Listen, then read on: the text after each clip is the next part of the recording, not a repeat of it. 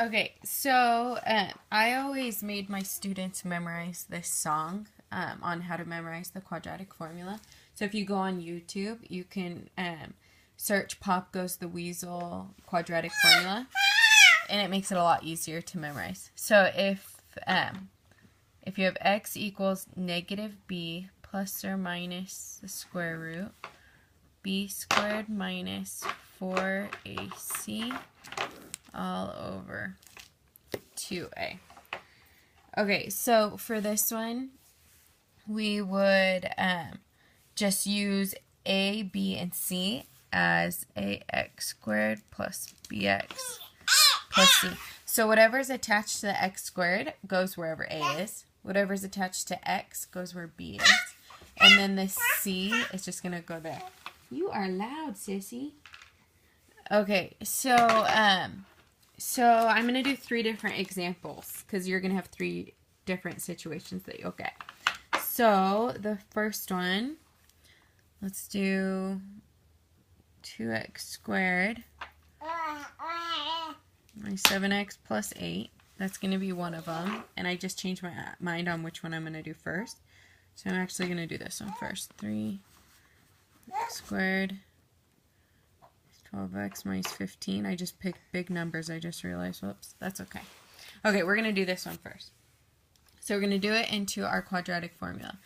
So we're going to get x equals negative b. Now if you look over here, a is 3, b is negative 12, and c is negative 15. So I'm just going to plug a, b, and c into my formula here. So negative b, so negative 12, which is just going to be positive 12, plus or minus the square root, b squared, so negative 12 squared. Now you have to remember to put that in parentheses, because if your b is negative, anything squared, so whether it's positive or negative, is going to end up being positive, because negative times a negative is positive. Sorry, she's kind of loud. Minus 4, and then a is 3, and c is negative 15, all over 2a. Okay, so you're just going to start inside. So I'm just going to write 12 plus or minus. So negative 12 times negative 12 is 144. Again, don't forget, if it's negative, it ends up being positive. Because a lot of students make mistakes on that. Can you shush? You gotta be quiet. Here, you play with that. Okay, and then minus 4, and then 3 times negative 15 is negative 45, all over 2 times 3, which is 6. Okay, and then I'm going to do negative 4 times negative 45. And I have to use a calculator. So 180. So we're going to have 12 plus or minus 144 minus, oh, I messed this up. Oh no, this one's right. Plus, I was thinking I was doing the one previous to it. I was expecting to get that answer. Plus 180, because it's minus and minus, all over 6. So 144 plus 180 equals 324.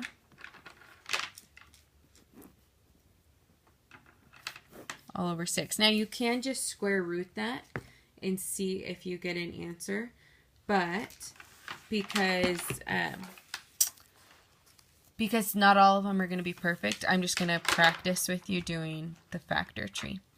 So I know 2 goes in because that's even. So 324 divided by 2 is 162. So 2 goes into there. 81, which would be 9 and 9. Okay. So I have 2 2, so 1 2 gets to come out. And 2 9, so 1 9 gets to come out. So 2 times 9 is 18. So I'm going to go over here and have 12 plus or minus 18 all over 6. Now you'll notice that we have a plus or minus, which means you're going to have 2 different answers. So we're going to have 12 plus 18 all divided by 6. Remember, all goes over 6. Or 12 minus 18, all over 6. And then we just do that. So you do the top first. So 12 plus 18, that's 30. Divided by 6 is 5. So that's one of our answers. 12 minus 18 is negative 6. Divided by 6 is negative 1. So we got x equals 5 and x equals negative 1. Okay, and you could have actually factored that from the beginning instead of doing quadratic formula and gotten the same answers. But the one thing that's nice about quadratic formula is quadratic formula always works, factoring does not. Okay, so let's do this one. This one is where factoring would not work, but quadratic formula would, and you'll see why.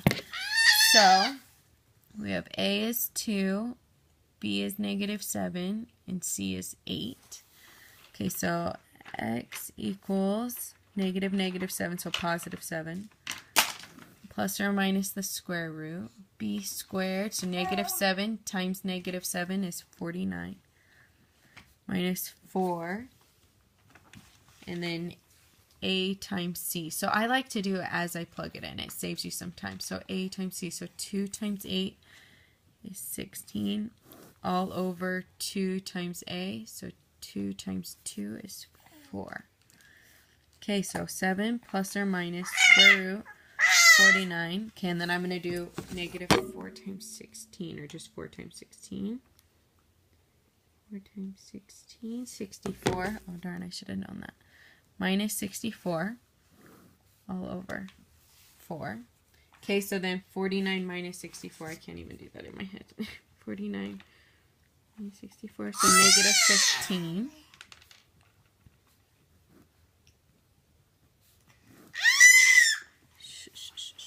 Okay, so now I'm going to see if 15 can simplify. So I know that that is negative, so then at least an I will have to come out front. So I know I have an I in front of the root. Sorry, I'm running out of room. This is 3 times 5, which are both prime, so nothing comes out. So it's just going to be I root 15. So 7 plus or minus I root 15 all over 4. Now, that's your answer. That's as far as you can go. And I would check if there is a number that goes into 7, that's an invisible 1, and 4, which is not possible. So then you can't go any further. Okay, let's do one more. Let me give her a snack to see if she'll be quiet. Okay. Last one is 4x squared plus 4x plus 1. Whoops. There we go. Okay, so x equals negative b. So I have a is 4, b is 4, and c is positive 1. Okay, so negative b plus or minus the square root, b squared, so 4 times 4 minus 4, ac, so 4 times 1 is 4, all over 2 times a, so 2 times 4. So then we're going to have negative 4 plus or minus 16 minus 16 over 2 times 4 is 8. So 16 minus 16 is 0. Square root of 0 is just 0. So really this is just negative 4 over 8, which is negative 1/2. And so this time we only got 1. So when the square root underneath here is 0, you're only going to get one answer. When that number underneath it